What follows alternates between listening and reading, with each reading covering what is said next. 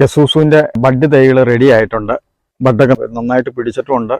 പിന്നെ ഇതിൻ്റെ നടീൽ രീതി എന്ന് പറഞ്ഞു കഴിഞ്ഞാൽ 2ക്ക് 2 കുഴി, അതായത് 2 അടി വീതിയും 2 അടി ആഴത്തിലും കുഴിയെടുത്ത് അതിൻ്റെ അകത്ത് ചാണകപ്പൊടിയും കരിയിലയും മാത്രം ഇട്ട് കുഴി കംപ്ലീറ്റ് മൂടിക്കളഞ്ഞിട്ട് പിള്ളക്കുഴി എടുത്തിട്ട് ആ പിള്ളക്കുഴിയിലാണ് ഇത് വെച്ച് കൊടുക്കാവുള്ളൂ.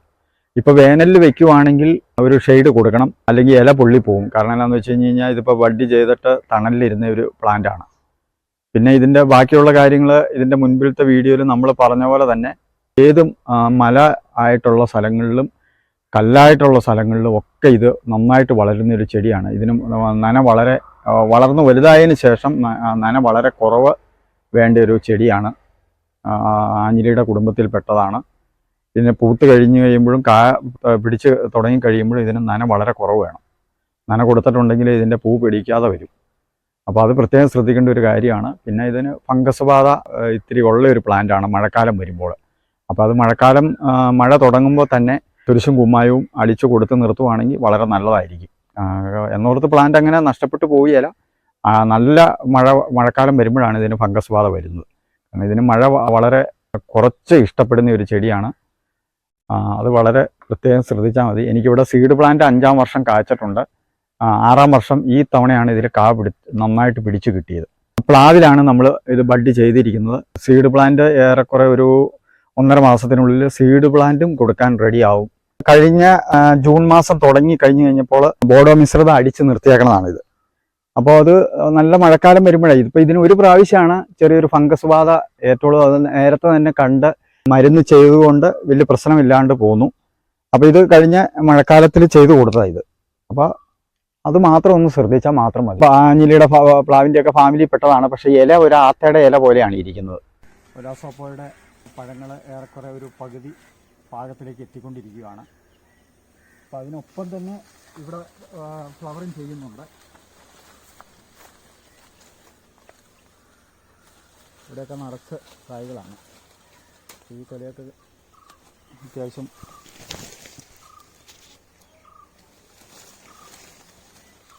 ഇത് ഒരാഴ്ച കൂടെ കഴിഞ്ഞ് കഴിഞ്ഞാൽ ഇതൊക്കെ പറിക്കാൻ പാകത്തിനാവും. അതിൻ്റെ ഒപ്പം ഫ്ലവറും ചെയ്യുന്നുണ്ട്. അവിടെയൊക്കെ നന്നായിട്ട് ഫ്ലവർ ചെയ്ത് വരുന്നുണ്ട്. അപ്പോൾ മാംഗോസ്റ്റീൻ ഏറെക്കുറെ നിറച്ച് ഫ്ലവർ ചെയ്ത് തുടങ്ങിയിട്ടുണ്ട്.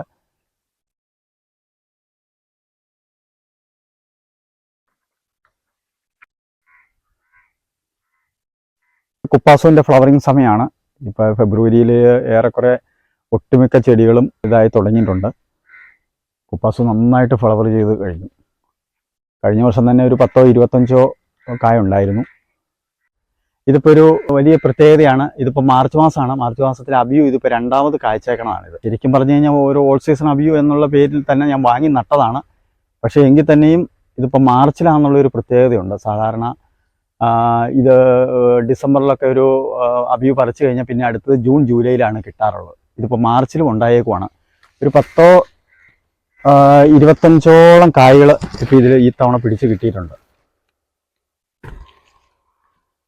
നന്നായിട്ട് മേളിലേക്കും ഉണ്ട്. ഒരു 10-25 കായെടുത്ത് ഞാൻ എണ്ണിയിട്ടുണ്ട് ഇതിൽ.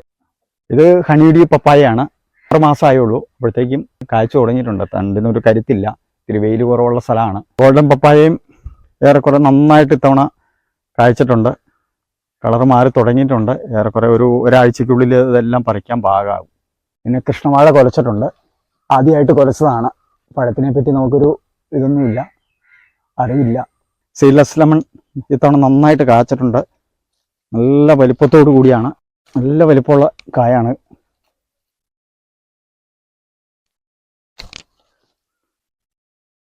ഗണപതി നാരകമാണ്. പാകമായിട്ടില്ല. ഇനി ഇതിൻ്റെ ഇത്രയും കൂടെ വലിപ്പം ഇതിന് വരും. ഏകദേശം ഇതിൻ്റെ 2 ഇരട്ടി വലിപ്പത്തിൽ തന്നെ പകുതി വളർച്ച എത്തിയിട്ടുള്ളൂ ഗണപതി നാരകം. ഇത് നമുക്ക് ചട്ടിയിലും മണ്ണിലും വളർത്താവുന്ന ഒരു നല്ലൊരു ലെമണാണ്. Papua lemon.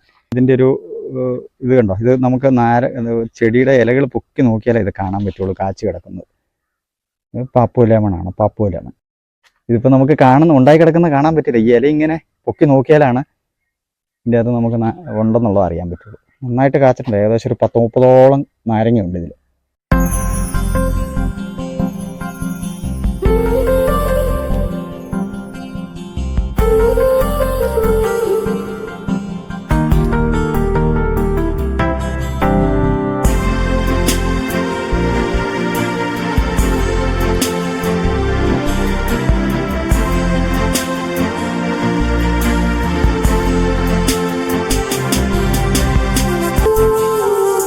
ബിലോണിൽ നന്നായിട്ട് ഫ്ലവർ ചെയ്തിട്ടുണ്ട്. ഡ്രമ്മിലാണ് നിൽക്കുന്നത്.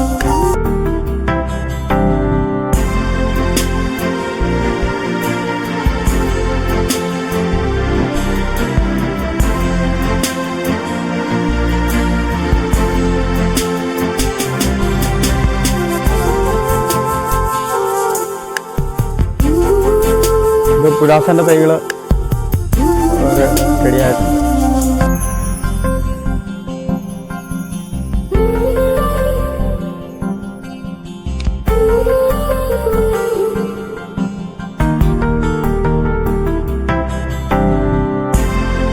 മിൽക്ക് ഫ്രൂട്ട് ഏറെക്കുറെ പാകമായി. മിൽക്ക് ഫ്രൂട്ട് പറിക്കുമ്പോൾ ഉള്ളൊരു ഇതെന്നാന്ന് വെച്ചിട്ടുണ്ടെങ്കിൽ തോട്ടി വെച്ച് അതിൽ പിടിച്ച് ഇത് വലിക്കുമ്പോൾ നമുക്ക് ഏറെക്കുറെ പാകമായിക്കുമ്പോൾ തന്നെ വിട്ടു പോന്നോളും. ബലമായിട്ട് പറിക്കരുത്.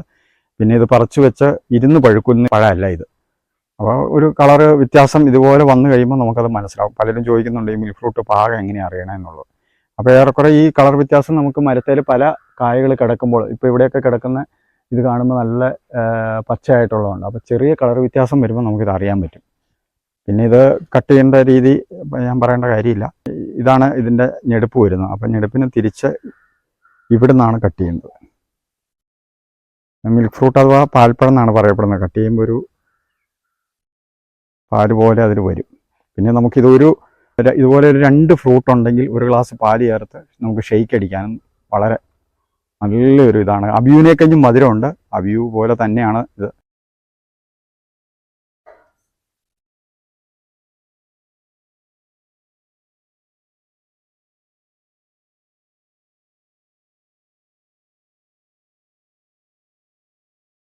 അടിപൊളി.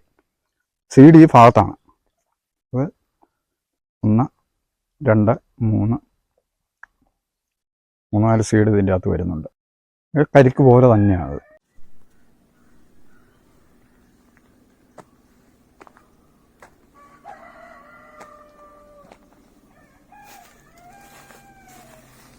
വേണമെങ്കിൽ ചക്ക വേരിലും കായ്ക്കുമെന്ന് പറയുന്നത്. എല്ലാം നന്നായിട്ട് ചുവട്ടിൽ മുട്ടി കിടക്കുവാണ്. ഇത് ചക്കയാണെങ്കിൽ ഇതിൻ്റെ കപ്പിൽ വെച്ച് ഇടയ്ക്ക് കപ്പിൽ ഞെരുക്കി കിടക്കും. ഇതൊരു നാടൻ മെരിക്കയാണ്. നല്ലൊരു ഇനത്തേൽ ബഡ് ചെയ്ത് നമ്മൾ ഉണ്ടാക്കിയെടുത്തതാണ്. ലിപ്പോട്ടയാണിത്. 6 വർഷം കൊണ്ട് ആണ് ഫ്ലവർ ചെയ്തത്. ആദ്യമായിട്ടാണ് ഫ്ലവർ ചെയ്യുന്നത്. ഇത് ഫിലിപ്പീൻസിൻ്റെ വൈനറി എന്നാണ് ഇത് അറിയപ്പെടുന്നത്. ഞാവൽപ്പഴത്തിൻ്റെ കിളിഞ്ഞാവലിൻ്റെ അത്രയും വലിപ്പമായി ഇതിന് വരുന്നുള്ളൂ. വൈനിടാനാണ് കൂടുതലായിട്ട് ഉപയോഗിക്കുന്നത്. ഓക്കെ അല്ലേ? ഏകദേശം ഒരു 25ഓളം പുതിയ വെറൈറ്റി പൈനാപ്പിൾ എത്തിയിട്ടുണ്ട്. റെഡ് പൈനാപ്പിളാണ്. ഇതതിൻ്റെ ഒരു കൊലയിൽ മെഡൂസ പോലെ തന്നെ ചെറുതായിട്ടുണ്ടാകുന്ന ഒരു വെറൈറ്റിയാണ്. ഒരു പ്രത്യേക രീതിയിലാണ് ഇതിൻ്റെ ഇല വരുന്നത്, മുള്ളോട് കൂടിയത്. അത് വെരിഗേറ്റഡിൽ തന്നെ ഒരു കുറേ ഇനങ്ങളുണ്ട്. അതിൻ്റെ അകത്ത് ആഫ്രിക്കൻ വരുന്നുണ്ട്, കാനറി പൈനാപ്പിൾ വരുന്നുണ്ട്, നൈജീരിയൻ പൈനാപ്പിളുണ്ട്, പിന്നെ MD2 വരുന്നുണ്ട്, Q2 വരുന്നുണ്ട്. ഇത് വെരിഗേറ്റഡ് വൈറ്റ്, ഇത് ആഫ്രിക്കൻ, അങ്ങനെ ജയൻറ്റ് മെഡൂസ. ഒരു 25ഓളം വെറൈറ്റി പൈനാപ്പിൾ പുതിയതായിട്ട് എത്തിയിട്ടുണ്ട്. കൊട്ടാരക്കര സദാനന്ദപുരത്തിന് നമ്മൾ കേരള സർക്കാരിൻ്റെ ഫാമിൽ ഉൽപ്പാദിപ്പിച്ചെടുത്ത ഒരു ചക്കയാണ് സിന്ദൂർ ജാക്ക്.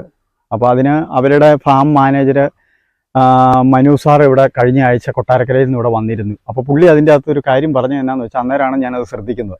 ഇത് കഴിഞ്ഞ ഡിസംബർ ജാനുവരി സമയത്ത് ഇതിനകത്ത് ഞാനൊരു 2 ചക്ക ഇട്ടായിരുന്നു.